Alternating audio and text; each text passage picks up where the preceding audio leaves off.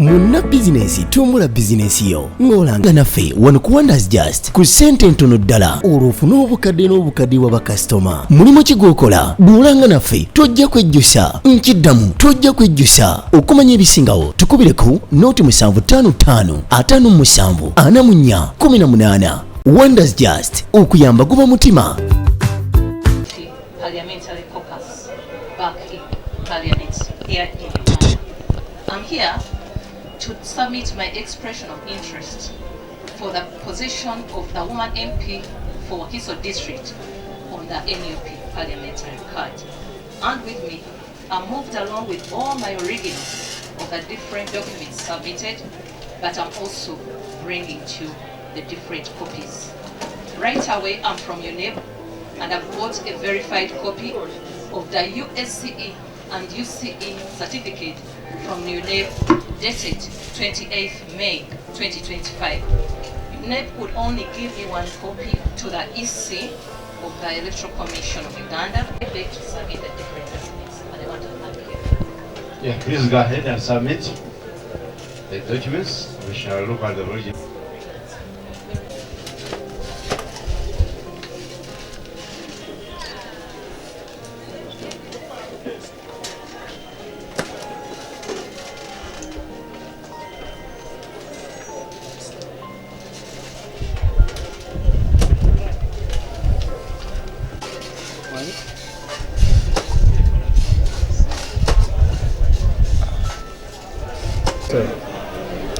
Erinnya yenze Kiruluta Yusuf Junior Nkeretanyi mubaka yetesetese obulungi okukulembera abantu b'ekitundu ekya Kalungu East mu parliament ey'eggwanga. Ndi musanyufu nnyo olunaku olwaleero nti ekigere kyange ekisooka naddala wano nga nzijjawo empapula ku kugenda ku kifo ky'omubaka wa parliament kyenzijje neteekerateekera era kyenzenjayanira ebbanga eddene kati ekigere ekisooka maze okukisimbula. Era kaakati njagala okugamba nti abantu b'e Kalungu East bannaye nga tuyingira protest vote 2026 tusimbudde olunaku olwaleero mu lumakinge ennaku z'omwezi 10 omwezi ogw'omukaaga omwaka 2025 Chuta Yusuf Junior Nkeretanyi asimbudde ekigere ekisooka ku lugendo lw'amaze emyaka 10 ng'ababuulira nti 2026 alijja okubakulembera mu parliament. Era nga nsuubira nti nze neeteeseteese era nga neetegese bulungi okubakulembera. Essaawa eno kino tekiraga nti bampaddeyo kaadi, wabula wano ndaga obwetaavu bwange nti ndi mwetegefu mpaayo ngenda kujjuza foomu eno tekemu na byonna byonna ebinkwatako ebindaga nti ddala nsaanidde okubeera nga mpeebwa ekifo kino. Era nsuubira n'ekibiina kijja kukutunula mu mboomu kwabo oba mpebwe omukisa oguweebwa fulaga ya NUP mu Kalungu East sobole okubakulembera oba mbeere komanda w'ekitundu ekyo mu protest vote 2026. Erinnya nze Bet Efonalwima, woman MP wa Wakiso district, shadow minister wa local government mu ggwanga lino, ate era nze vice chairperson owa NUP parliamentary caucus. Nkomyewo nate nteekemu okusaba kwange okubanga nze nkwata umbrella, nze mba nkwata card okubanga ntwala abakyala ba Wakiso mu parliament, nga nze mba nkiikirira abakyala, nze mba mbeera omukiise omukyala. Oh, just a minute, can't you? Which face you better much. Let me repeat. Tonalwima, woman MP wa Wakiso district, shadow minister or local governments, Atelanze vice chairperson or NUP parliamentary caucus. Nzize onakurali wano kavule, nenteekamu empapula zange okusaba mbenga nze nkwata card okubanga nesimbawo ng'omukiise omukyala owa Wakiso district mu parliament ya Uganda. Eddoboozi ly'abanna Wakiso likyetaagibwa nnyo era nina we ndituusiza naye tekinnagwa. N'olwekyo nsaba banna Wakiso, nsaba NUP ebenga enneesiganga wentaddemu okusaba kwange, naye banna Wakiso nammwe mubenga munneesiga okwongera okubanga nteeka eddoboozi erya Wakiso district mu parliament ya Uganda. Tulina okufuna ekitusaanidde ffe bannamba 2 mu kuteeka ssente mu kitabo ky'eggwanga, naye tesobola kubanga otambula n'olaba amalwaliro gaffe, n'olaba enguudo zaffe, n'olaba ne bannakigwanyizi abazze okubanga bayonoona environment nga bayona Lake Victoria banna Wakiso gye babeerako okulaba nga bafuna ekyokulya nga bagyonoona. Nzikomyewo eddoboozi lya Wakiso libe nga limalirira okuwulikika, twongere mu maaso bwe tukomye bwe tutandikira.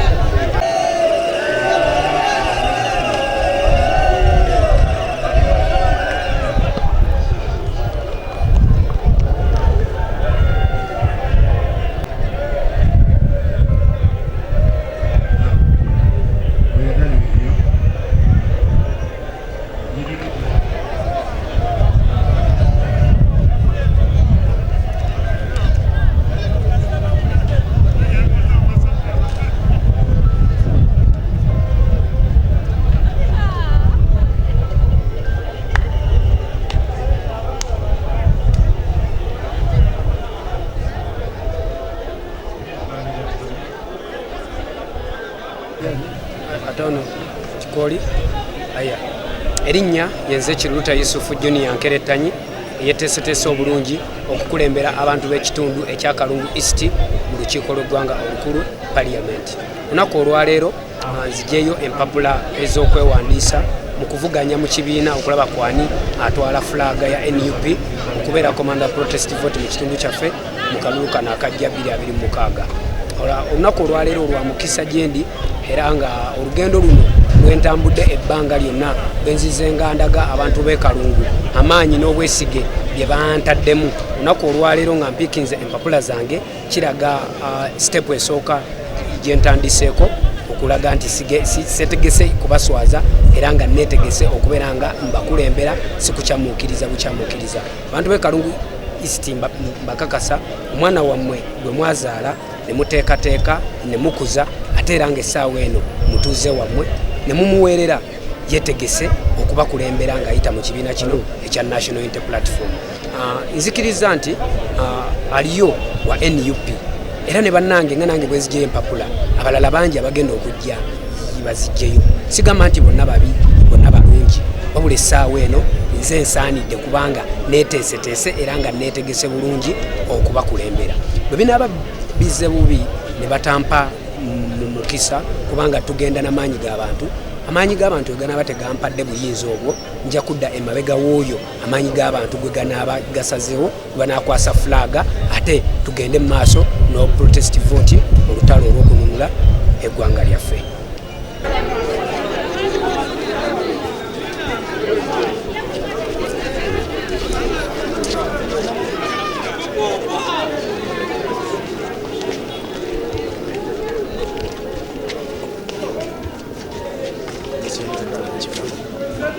The owner has to sign. If that person is outside the country, let her submit online. Listen. Let her submit online because this one I'm saying here, somebody signed it for PP. Just a minute. Just listen to the guidance. These are serious positions and they can't be some serious people when they apply. So, we don't object for the application, but we are guiding you that if somebody is applying, he or she has to sign the expression. It is called expression of interest form. You express your interest, you, the applicant, yourself. Nobody else can do that work for you. So I request you that you talk with the person who has sent you, Madame Fugerema, whom we know very well. If she is outside the country, let her go online. She personally submits. There's no problem. Which is no, the issue is here. Expression of interest form. This one. That's why the meaning and the essence is. And the signature of the candidate herself. Now what if she says I have never applied? These are sensitive matters.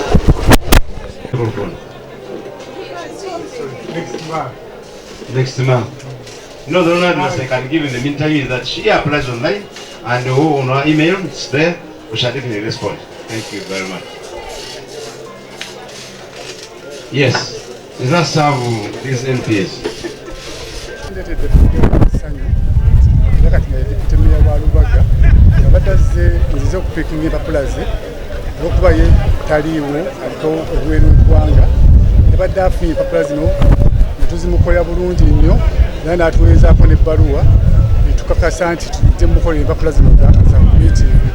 Ekyomukisa omubi baŋŋambye nti ate yennyini yalina okuzapuliitinga wano empapula zino naye ne baŋŋamba nti nzireyo mugambe ye nyine asobole okukolera online empapula zino. Tengenda okukola kyensuubira nti tekijja kutukola bulungi nnyo nabadde maze okukikola kyati bantu okukola. Fugere Masanyu ye deputy mayor wa Lubaga kati alimuko mu nsi y'ebweru yagenda ku mirimu egy'obuvunaanyizibwa yagimala ate n'agenda ku medical check up kyakyali agenda kudda kya mayor wa Lubaga vision. Amanya Fugere Masanyi agange nze Sulaiman Sebaga.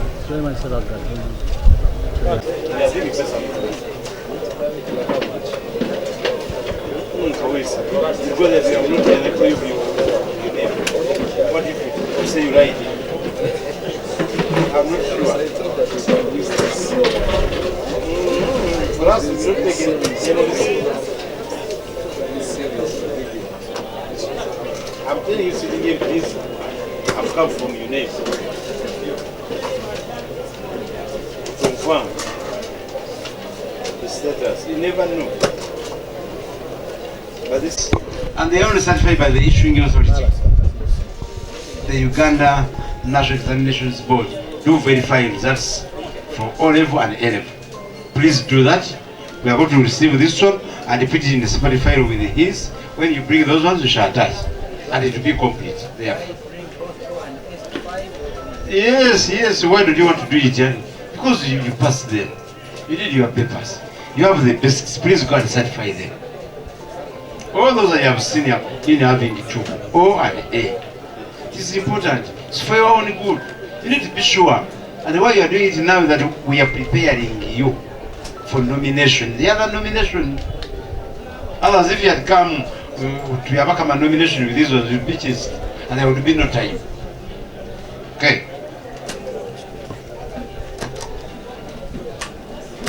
Bulangirwa na president kunkwaza ya Nansana municipality na inze fulaga beyala na inze commander wa Nansana municipality kuchokwa member of parliament. Era ntwalo mukisa guno okwebaza amajje gange buli mujasali wano mwebaza people power, our power, people power, our power, NUP everywhere NUP tuli majje paka kuwulira kubi atutekeddwa okukakasa nti president wa Robert Kyagulanyi Ssentamu omulundi guno atuula ku ntebe y'obwa president nga MP we engineer Stephen Kawesa. Ekisookera ddala Nansana ebadde erakinga omubaka nga nze. Eddoboozi lya Nansana libadde terituuka. Bayina ensonga mpitirivu naye zibadde tezituuka mu lukiiko lw'eggwanga. So Stephen Kawesa bwana kyenyayo soko bategeza ndi chairman w'ekyalo LC1 kati okubira ddala ku ground ntegeera ebizibu ebiri mu omuntu wa wansi nga nyingidde parliament sigenda kwegulumiza ngenda kusigala nga ndi musajja wa ku ground nja kuŋŋaanya ebirowoozo by'abantu okubira ddala ku muntu asembayo nga kasente mbituusa mu lukiiko lw'eggwanga era nze ngenda okubeera omukulembeze agenda osooka okutuusa eddoboozi ly'omuntu wa wansi mu lukiiko lw'eggwanga. Lwaki? Nze wa wansi asemberayo ddala. Ngenda kakasa nti Nansana municipality etuukira ddala ku ntikko. Ngenda kakasa nti amaziga abantu b'omu Nansana municipality ge bakabidde emyaka egyo gyonna egy'emabega bafuna abakulembeze abatali baddala abatali solidi babakabya amaziga. Commander Engineer Stephen Kawesa ngenda sangula amaziga abantu b'e Nansana ge bakabidde ebbanga nga tulonda abakulembeze abatali serious. Bano abaana bafuutu soldiers otuyingiza parliament bakola omulimu gw'amaanyi. Ngenda kakasa nti buli fuutu soja obulamu bwette busigala kyekimu. Abapangisa bebagobagoba mayumba nekuna bakubagulira politiko bazimira nja bazimira. Bano abaana bakola omulimu. Nze ndi w'amaanyi abasajja bano bambeereddewo mu mbeera zonna aba mission riders fatapa bano abaana baddala ne chairperson Madame Olivia Lutaya n'abajasi bonna ku kitebe wano nze ngenda kukola kyakulabirako. Bano bana tutekedda baleka bali era nze commander agenda okubeesooka okubeera MOP nga ntambula n'eggaali paka kumalako kisanja kyange ate nga n'abantu bange bagenda kubanga bandaba era bagenda kweyagalira nnyo mu commander Engineer Stephen Kawesa. Twakabanya amaziga ku Segirinnya ng'abantu balowooza tewakyaliyo mukulembeze asobola kwefaananyiza nga Segirinnya. Commander ndi waddala ngenda kukomyawo enkola ng'eya Segirinnya. Abakulembeze tubeerayo. Ngenda kakasa ensi eno Uganda nti NUP mulimu abakulembeze abalina kye bayita omutima gw'abantu. Ku nsonga ya protest vote Nansana bambi ebadde erekeddwa nnyo emabega era kati Commander Engineer Stephen Kawesa kenda vote kyatandise dde okutambula nga Commander nze ekikulembeddemu paka kuwulira bubi nga pulezidenti wa Robert Kyagulanyi ng'atudde mu ntebe era mbagamba ebigambo bino komandi yonna okwata obuyinza eri eggwanga Uganda egenda kuva mu nansana mbagamba ebigambo bino bakino tugenda kufuna gavumenti empya era Uganda yonna eno information egenda Uganda yonna ebbanga lyonna limulindiridde omukulembeze omupya 2026 tugenda kulaba ate emupiwe yekomanda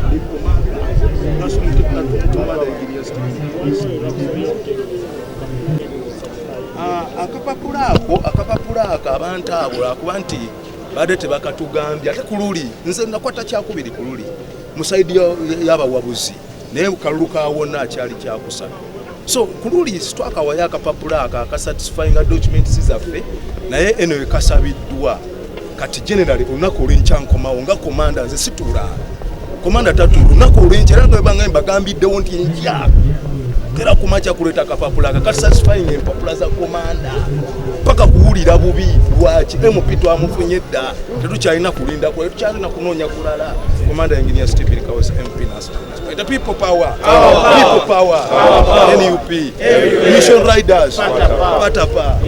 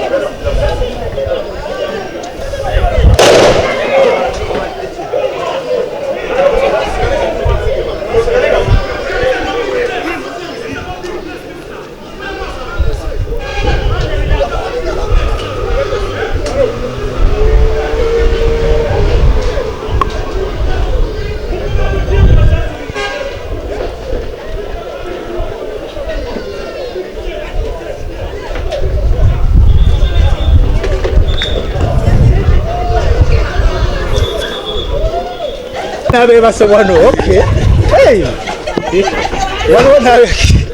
waliwo nabebase wano okay awala wadda bebase hey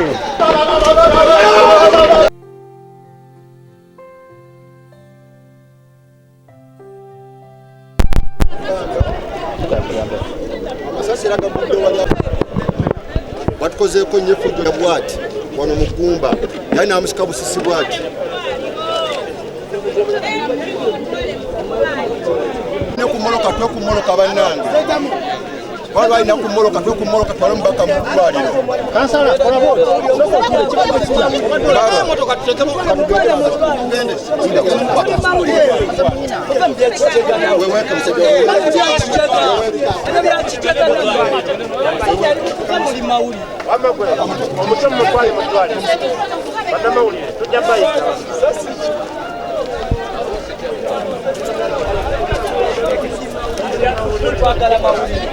eggwanga etandise okugenda ku bunkenke kubanga bwe mulaba wano ku kitebe we tuli ekya National Unity Platform bacandidates bali mu kuyiika ab'enjawulo ba members of parliament ba mayors ba city mayors ba municipality mayors ba LC5 chairpersons ba councillors abawa Kampala ne Wakiso be bajjudde wano buli omu alina fayiro ye n'empapula ze kati gwe okuyingira wano n'okuba amasasi live bullet abantu buli omu n'agwa wansi buli omu neyekulunga mu ttaka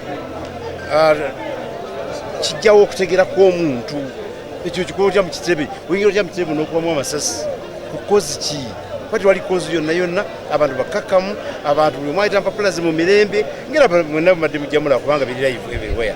So tusaba bali mu byokwerinda baleme kwongera abantu banyiivu already. Eggwanga linyiivu, eggwanga liri ku bunkenke lino erya Uganda. Bannayuganda mute kukitegera nti eggwanga liri ku bunkenke. Mwabali mu gavumenti mute kukitegera nti eggwanga liri ku bunkenke. Bwonyigiriza ennyo ennyindo kisaaza omusaayi. So tusaba batuleke tukole emirimu tulina ogikola. Baleke bannayuganda basabe kye balina okusalawo. Tuli mu process abantu bateekayo okusala kwabwe tulabe ani anafuna kaadi n'ani atafune kaadi, ani aneesimbawo n'ani ateesimbewo. Tusobole okutambula mu kalulu ka 226. Nekino kigeze mu maaso wano tukivumirira nese kuvumirira yenna naye tunamanya kigendererwa. Era tusaba bali byokwerinda banyonyolerwa kibalumbi ekitebe kya National Unity Platform ne bakikubamu amasasi ne batukubamu amasasi fenna lumu n'abuna emiwabo. Olwaleero buli lunaku olukya ebbugumu lyeyongera mu kalulu mu kuteekayo okwewandiisa eri bannakibiina. Olwaleero okuva ku makya ssaawa 2 tujja kutuuka mpaka 11 ng'abantu tebaweddewo ne tubasaba n'abafisa olwaleero mukeere bukeezi nkya naye enkola gye tukozesa ya first come first serve. Tetubuusa muntu layini asoose gwe tukolako nomala naddako tukolako nomala naddako tukolako oyo. So tubasaba abantu bonna bakakkane.